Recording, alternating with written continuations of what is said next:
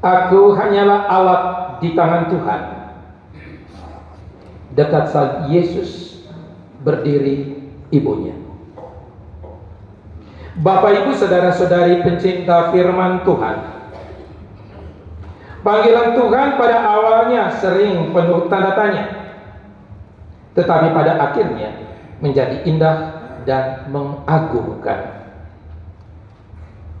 Siapa pernah menyangka anak dari kampung asli Manus, Manggarai, Franciscus Saverius Ndoi, putra kelima dari 10 bersaudara, pasangan Bapak Markus Sina, seorang pegawai kantor daerah Ruteng, dan Mama Mata Lindung, ibu rumah tangga yang buta huruf, bakal menjadi seorang biarawan dan bahkan menjadi imam sulung dari paroki Santo Mikael Kumbang. Dan dalam perjalanan panggilan yang panjang penuh peristiwa, boleh masuk dalam barisan biarawan imam misionaris yang tangguh tahan bantingan. Memang tiada satu pun yang mustahil kalau sejak dalam kandungan ibu Allah sudah naksir. Allah memilih orang yang dia ingini. Allah mengutus orang yang dia mau. Allah percayakan aneka karunia kepada orang yang takwa, tekun, rela, dan bersedia menjadi alat di tangannya. Pada awalnya, Frans kecil tidak tahu bahwa ada benih panggilan bersemi di dalam dirinya. Tetapi pastor parokinya, Pater Josef Huizan SPD, misionaris Ceko, melihat dengan lebih jelas benih unggul panggilan itu. Tanpa sepengetahuannya, si Frans yang rajin ajuda dan cerdas dan juga masih imut-imut itu didaftar masuk seminari Kisot, dan dia pun ikut saja ke sana. Apalagi orang tua dan saudara-saudarinya pun mendukung. Maka secara perlahan dan pasti namanya pun dicoret dalam daftar anak laki-laki yang harus mempertahankan garis keturunan. Bapak Ibu saudara-saudari umat beriman yang terkasih, sesudah ditahbiskan sebagai imam, pasti ada ambisi tertentu untuk menjadi seorang imam yang hebat, terkenal, nama besar, punya jabatan tinggi, populer, mewah, dan seterusnya. Dan mudah, namanya masih 0 kilometer. Tidak butuh waktu lama, namanya semakin tenar di kota ini, bersinar terang bagi bulan dan bintang-bintang di langit biru. Boleh jadi ini adalah pengabulan atas doa sekaligus petuah dari para tetua sebelum dia berangkat untuk menggapai cita-cita luhur di Seminari Tinggi Ledaloro. Kakor dulako lomes dukole uang langkas hangkalah. Bersukacitalah kalau pergi, bersorak lianglah kala kembali, bertumbuhlah menjangkau bulan, berkembanglah menggapai bintang. Pertanyaan penting, apakah ketenaran seperti itu yang dicari dan diinginkan? Rasanya tidak. Karena dalam setiap hal, apakah sebagai seorang guru atau dosen, atau sebagai seorang yang harus menangani penerbit Nusa Indah, dia tetaplah seorang biarawan, imam misionaris yang harus belajar memahami jalan yang ditunjuk Tuhan. Dia hanyalah alat di tangan Tuhan yang dipakai untuk mengelola harta rohani Tuhan yang menurut Rasul Paulus diisi dalam bejana tanah liat, diri dan hidupnya yang mudah retak, bahkan bisa hancur berantakan. Bapak Ibu saudara-saudari umat beriman terkasih, apapun situasi yang dialami dalam menjawab dan menapaki panggilan dan perutusan, hendaknya kokoh berpegang pada apa yang disebut sebagai prinsip hidup. Prinsip hidup sebagai tiang penyangga yang menguatkan keyakinan akan kehadiran Tuhan yang setia menemani perjalanan. Prinsip hidup sebagai pilar penopang yang meneguhkan kepercayaan bahwa bersama Tuhan tidak ada beban yang terlampau berat untuk dipikul, dan tiada persoalan yang terlampau sulit dan mustahil untuk diselesaikan. Ada 3 prinsip hidup yang dipegang sebagai roh penopang. Pertama, setia mencari kehendak Tuhan.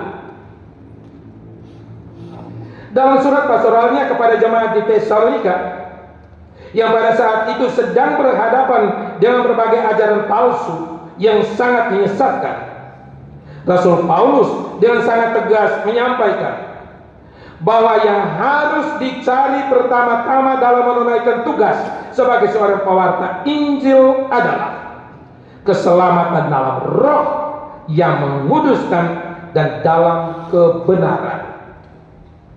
Saudara-saudara yang dikasihi Tuhan, Allah dari semula telah memilih kamu untuk diselamatkan dalam roh yang menguduskan kamu dan dalam kebenaran yang kamu percayai.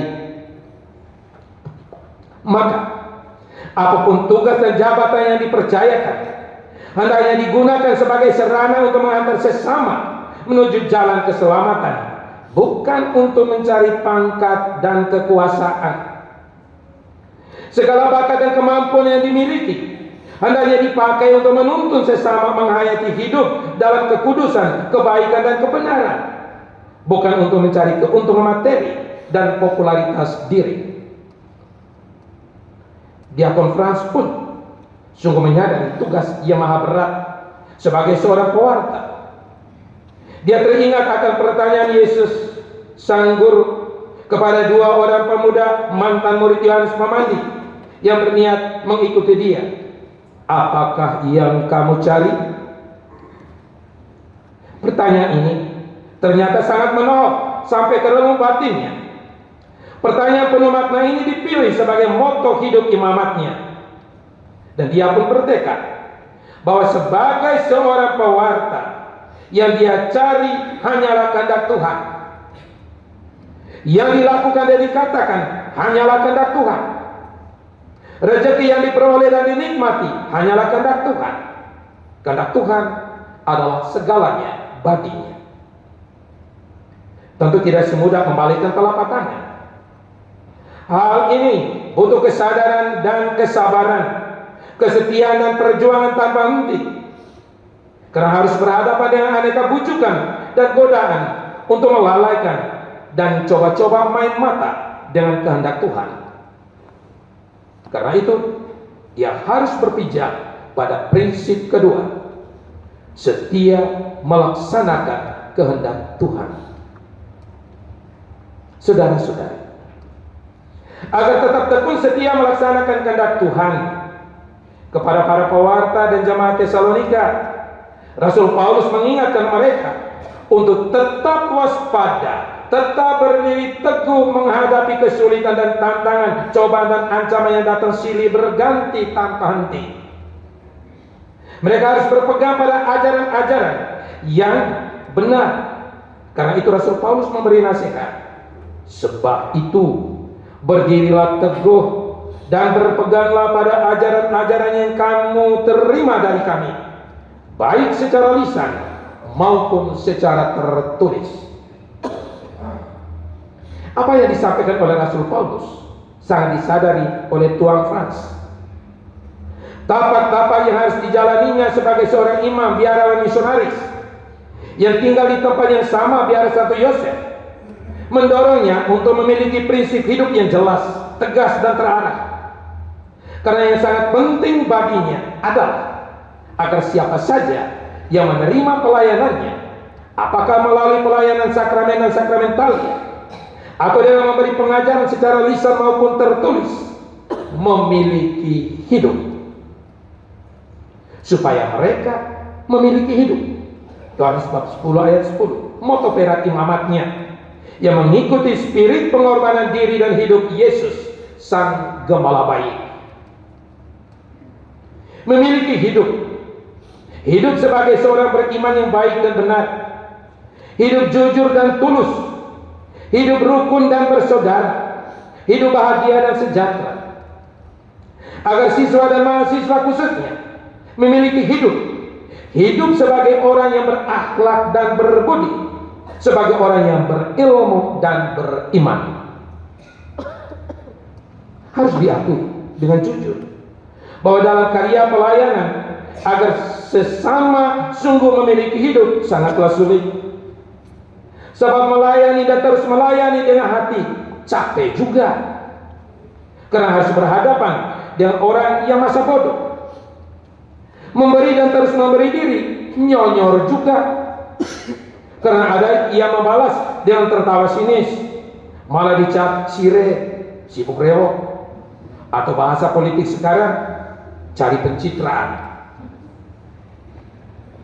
Maka Jubilaris berusaha untuk sampai kapanpun berpegang pada prinsip hidup ketiga, yaitu setia memikul beban kehendak Tuhan seperti Bunda Maria. Injil menceritakan situasi senja kelam yang sangat mencekam yang terjadi di atas bukit Golgota. Dekat salib Yesus berdiri ibunya, seorang ibu Maria yang sangat setia berjalan mendampingi Yesus putranya sampai di bukit penyaliban. Seorang ibu yang tidak mundur setapak pun menghadapi sengsara dan kematian. Seorang ibu yang tetap tegar ketika pakaian putranya, yang adalah tanda kemuliaan martabat seorang manusia, dijadikan bahan undian. Seorang ibu yang patuh setia ketika putranya memberikan mandat baru untuk menjadi ibu bagi semua umat manusia. Seorang ibu yang tetap tegar dan tegak berdiri walau hatinya seperti disayat sembil, menyaksikan detik-detik mencekam saat putranya mengembuskan nafas terakhir di atas palang salib. Sudah selesai. Ya, seorang ibu yang teguh setia pada ikrar setia, aku ini adalah hamba Tuhan, terjadilah padaku menurut perkataanmu. Sedikit kilas balik saudara-saudari pengalaman Jubilaris. Pengalaman pertentangan antara keinginan diri sendiri dan ketaatan pada keputusan pimpinan serikat. Seperti saat diminta untuk mengajar mata pelajaran baru jurnalistik di Suradikara, suatu mata pelajaran yang dia tidak tahu apa-apa. Pertentangan antara ambisi dan niat luhur, seperti ketika dipercayakan dengan berbagai jabatan strategis di Penerbit Nusa Indah. Pertentangan antara kerendahan hati dan merasa diri hebat, seperti saat ia melayani orang yang datang dengan beraneka keluhan rohani maupun rongrongan sakit penyakit. Juga terpaan tantangan dari luar dirinya, sebagai misal selama pendidikan ada penilaian yang harus dia terima dengan hati sakit. Ketika menjadi imam pun tantangan tidak berkurang. Sering ia harus memikul cerita miring, irasional dan melecehkan yang sangat memojokkan. Semua harus diterima dengan tabah dan sabar. Dia harus tetap berdiri kokoh kuat, teguh perkasa, patuh setia seperti Bunda Maria di bawah kaki salib Yesus demi memenuhi kehendak Tuhan. Dekat salib Yesus berdiri ibunya. Maka bersama Bunda Maria, dia pun boleh bersujud sembah dan berkata lantang penuh iman dan kepasrahan, aku Frans adalah hamba-Mu Tuhan, terjadilah padaku menurut perkataanmu. Sebagai hamba Allah di tangan Tuhan, maka bersama Jubilaris kita semua pun boleh berpadu tekad untuk setia membagikan kasih dan rahmat Tuhan, dengan menjadi pembawa cinta kasih di mana ada kebencian, memberikan pengampunan di mana ada penghinaan, membangun kerukunan di mana ada perselisihan, memberikan kepastian di mana ada kebimbangan, membela kebenaran di mana ada kesesatan, menguatkan harapan di mana ada kecemasan, menjadi sumber kegembiraan di mana ada kesedihan, dan menjadi terang di mana ada kegelapan. Dekat salib Yesus berdiri ibunya. Tuang Frans lesoho ite 40 tahun jiri tuang. Toe hemong ite naring kamping moring agung aran. Tapi dami kamping mori lantang Tuang Frans. Porong membaun koe etamai temat tengwa. Wiko koe leulu jangken siliwai. Sang bembang ngger etan wake colar ngger wa. Kembu suwai teku mbawa suwai wang. Neka koe reni lebeti waki. Neka rojong toko mose. Uwa kali hayang ulan langkas hayang tawa. Orang itong atakok toing atadian. Emeng ngero neka holes kole. Emeng loce bakok dul lakong. Pakaloce romben dulokem. Orang ite jiri ame rinding mane. Aku ini rinding wie latang anggota komunitas. Orang teu ca ambo neka boleh jauh. Muku capu neka boleh curug. Pater dan saudara-saudari, Pancawindu imamat sudah digenggam merah. Haleluya. Amas imamat siap digapai, insya Allah. Dan jika kuat, intan imamat pun dapat diraih. Puji Tuhan. Tetaplah setia mencari, melaksanakan dan memikul beban kehendak Tuhan seperti Bunda Maria. Tetaplah menjadi alat ampuh di tangan Tuhan yang selalu bermurah hati melalui aneka talenta yang ada dalam dirimu. Karena kemurahan hati adalah bahasa yang bisa didengar oleh orang tuli dan dapat dilihat oleh orang buta. Pater Frans, saudara kami yang terkasih, selamat berbahagia dan bahagia untuk kita semua. Tuhan berkati.